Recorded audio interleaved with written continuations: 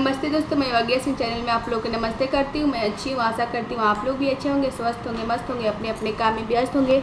मैं आप लोग के सामने एक माता रानी का गीत गा रही। पसंद है तो लाइक कीजिएगा, सब्सक्राइब कीजिएगा, क्योंकि नवरात्रि का समय है, इसीलिए मैं नवरात्रि पे गीत गा रही। पसंद है तो लाइक कीजिएगा, सब्सक्राइब कीजिएगा।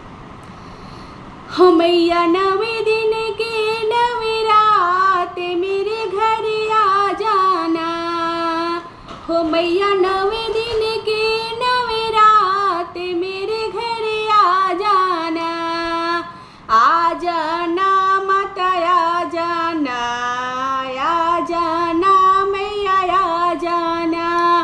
देखो मैंने तेरे लिए हलवा बनाई हूँ, हलवा बनाई हूँ माता, पूड़ी बनाई हूँ, हलवा बनाई हूँ माता, पूड़ी बनाई हूँ। भोगावा लगा के चले जाना, हो मैया रानी आ जाना, हो माता भोगावा लगा के चले जाना, हो मैया रानी आ जाना। हो मैया नवे दिन के नवरात मेरे घर आ जाना, हो मैया नवे दिन के नवरात मेरे घर आ जाना। हो देखो मैंने तेरे लिए आसन लगाई हूँ, देखो मैंने तेरे लिए आसन लगाई हूँ।